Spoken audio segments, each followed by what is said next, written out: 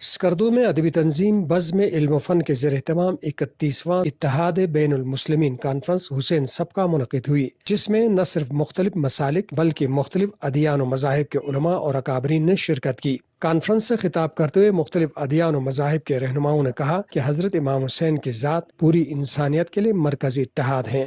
اس plate form پر ایثار و قربانی اور صبر و رضا کا درس ملتا ہے۔ اس پیغام کو عام کرنے کی آج زیادہ ضرورت ہے۔ مقررین نے کہا کہ پاکستان ایک امن پسند ملک ہے اور یہاں مختلف طبقۂ فکر کے درمیان مثالی ہم آہنگی کے فضا موجود ہے، اور اس نوعیت کی کانفرنس سے پہلے سے موجود امن و بھائی چارگی کے اس ماحول کو اور بہتر بنانے میں مدد ملے گی۔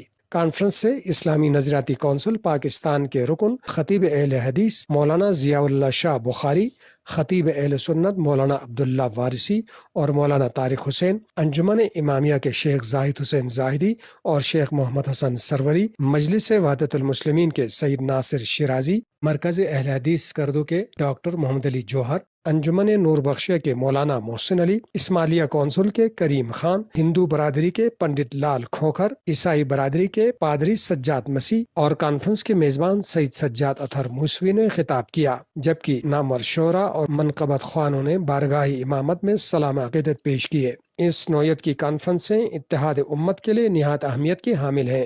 قاسم نسیم، سیاچن ٹائمز، اسکردو۔